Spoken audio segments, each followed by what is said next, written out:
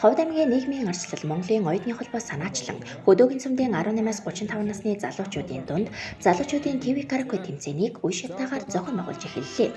ТV караоке тэмцээнийг 11-р сарын 18-наас 19-ны өдрүүдэд Булган Алтай суманд тус зохион байгуулсан юм. Энэхүү тэмцээний үйл ажиллагаа нь хөдөөгийн цөмийн залуучуудын чөлөө цагийг зөв боловсон өнгөрүүлэх, дуулах ур чадварыг хөгжүүлэх замаар хамтын ажиллагааг бэхжүүлэхэд чиглэж байгаагаараа онцлогтой юм. Ховд аймгийн нийгмийн арчил Монголын оюутны холбооноос санаачлан Ховд аймгийн 17 сумаар сумын залуучуудыг идэвхжүүлэх, тэднэртэйгээ илүү ойр дотн үйл ажиллагаа явуулах зорилгоор ТV караоке тэмцээнийг бүх сумуудаараа явж хийж байна. Тэгээд энэхүү үйл ажиллагаанд маань сум болгоныхоо залуучууд 18-аас 35 насны тэр дундаа залуучууд идэвхтэй оролцож бидний үйл ажиллагааг дэмжиж хамтран ажиллана гэдэгт бол бат итгэлтэй байна. Энэ удаагийн тэмцээнд Булган Алтай уян цумаас нийт 10 гаруй багийн 60 орчим залуучууд оролцсон бөгөөд мэндичилгээ, гоцлол дуу, дуэт дуу, суглаат дуу гэсэн дөрвөн төрлөөр авьяас ур чадвараа сорон өрсөлдөж шилгүүдээ тодрууллаа.